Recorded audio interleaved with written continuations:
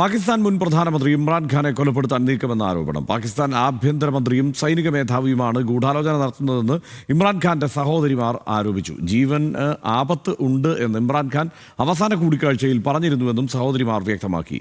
ഖിലാഫ് അഹമ്മദ് ചേരുന്നുണ്ട് വാർത്തകളുടെ വിശദാംശങ്ങളുമായി. എന്താണ് ഖിലാഫ് ഈ ഇമ്രാൻഖാന്റെ സഹോദരിമാരുടെ ആരോപണങ്ങൾ?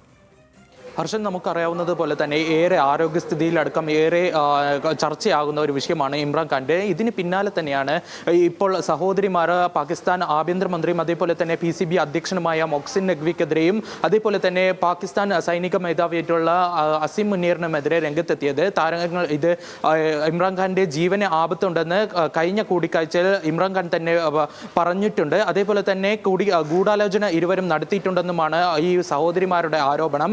കൂടാതെ കഴിഞ്ഞ ദിവസങ്ങളിൽ മൊഹ്സിൻ നഖ്വി ഇവരെ ഭീഷണിപ്പെടുത്തിയതായും സഹോദരിമാർ, അതായത് ഡോക്ടർ ഉസ്മാ ഖാനാണ് ഈ ഒരു ആരോപണവുമായി രംഗത്തെത്തിയത്. കൂടാതെ നമുക്കറിയാവുന്നതുപോലെ തന്നെ 2023 ഇമ്രാൻഖാൻ ഈ ഒരു ജയിൽവാസത്തിന് 31 വർഷത്തെ തടവ് ശിക്ഷയ്ക്ക് വിധേയനാകുന്നത്. ഇതിന് പിന്നാലെ തന്നെ താരത്തിന്റെ ആരോഗ്യ സ്ഥിതിയിലടക്കം വലിയ രീതിയിലുള്ള ആശങ്കകളുണ്ടായിരുന്നു. ഇതിന് പിന്നാലെ തന്നെ കാഴ്ചശക്തിയിലടക്കം 85% കാഴ്ചശക്തി കുറഞ്ഞെന്ന് ഈ സഹോദരിമാർ തന്നെ ആരോപിച്ചിരുന്നു. ഇതിന് പിന്നാലെ ആരോഗ്യസ്ഥിതിയിലടക്കം വലിയ രീതിയിലുള്ള മികച്ച ചികിത്സ ലഭിക്കണമെന്ന് ആവശ്യപ്പെട്ട് പാക് സർക്കാരിന് 14 ഇതിഹാസ താരങ്ങൾ കത്തയച്ചിരുന്നു സംയുക്ത പ്രസ്താവനയിൽ.